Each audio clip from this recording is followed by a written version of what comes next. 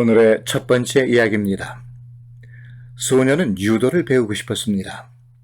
하지만 그는 교통사고로 왼팔을 잃은 상태였습니다. 부모님의 염려에도 불구하고 그는 간절히 유도를 배우고 싶어 했습니다. 마침내 그의 부모는 소년을 유도 도장에 보내주었죠. 그는 열심히 유도를 배웠습니다. 그런데 3개월이 지나도록 소년의 사범은 그에게 한 가지 동작만을 가르쳤습니다. 마침내 그가 물었죠. 사범님, 이제 다른 동작을 가르쳐 주실 수는 없나요?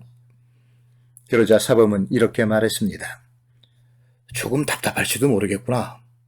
하지만 그게 네가 알아야 할 유일한 기술이기도 해.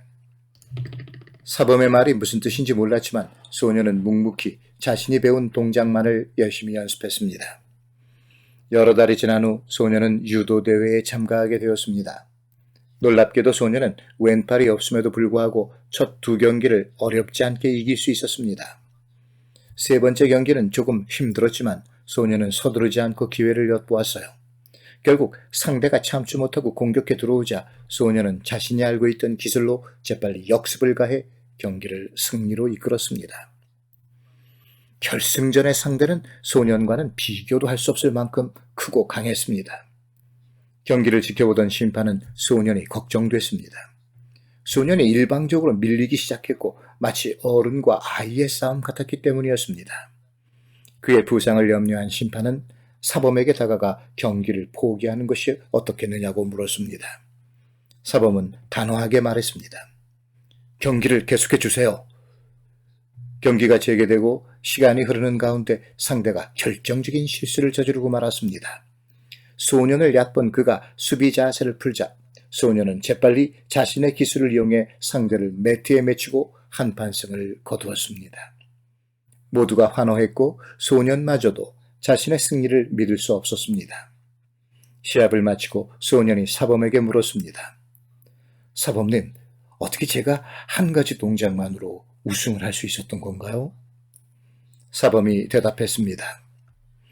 2가지 이유에서야. 하나는 내가 연습한 동작은 유도의 매치기 기술 가운데 가장 어려운 것이었어. 너는 그 기술을 거의 완벽하게 구사할 수 있게 됐고 그건 너의 큰 장점이 됐지. 하지만 더욱 중요한 것은 너의 그 기술에 대한 유일한 방어는 상대가 내 왼팔을 잡아야 하는 것이었거든. 소년의 가장 큰 약점은 그의 가장 큰 장점이 되었던 것입니다. 걸리버 여행기를 쓴 영국 소설가 조나단 스위프트는 이렇게 말했습니다. 흔히 우리는 자신의 단점을 모른다고 비난받지만 자신의 장점을 제대로 알고 있는 사람도 드물다. 자신의 땅에서 금맥을 찾지 못하는 것처럼 우리는 우리 속의 보물을 찾지 못하고 있다. 자신의 장점을 알고 있다면 단점을 지니는 것은 문제가 되지 않을 수도 있습니다. 현명한 사람은 그 단점을 장점으로 바꿀 수 있기 때문입니다.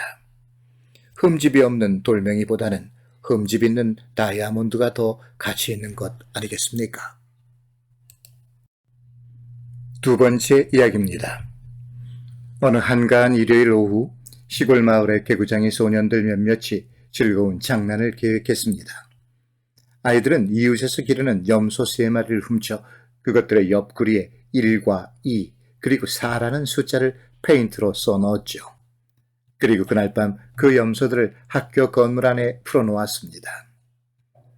월요일 아침 학교에 출근하던 선생님들은 건물 안에 퍼진 고약한 냄새를 맡으며 무언가 잘못됐다는 걸 느끼게 됐죠.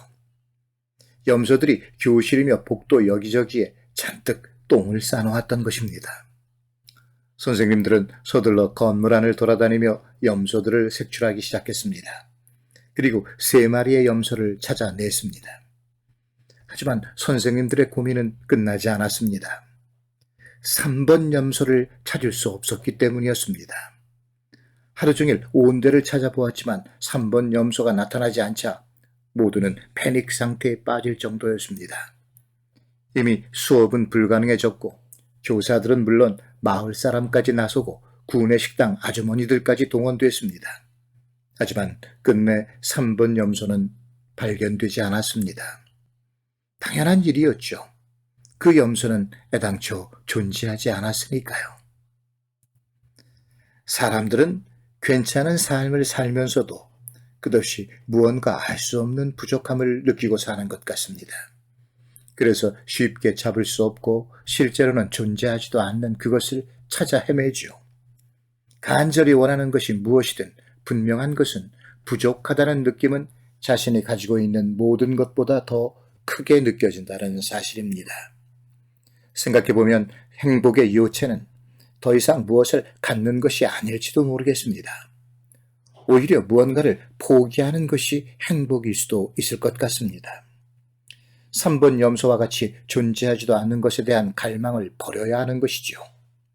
이미 우리는 꼭 필요한 무언가를 갖고 있을 수도 있습니다. 다만 여전히 부족하다는 느낌과 그것을 채우려는 욕심이 우리를 불행하게 만드는 것은 아닐까요?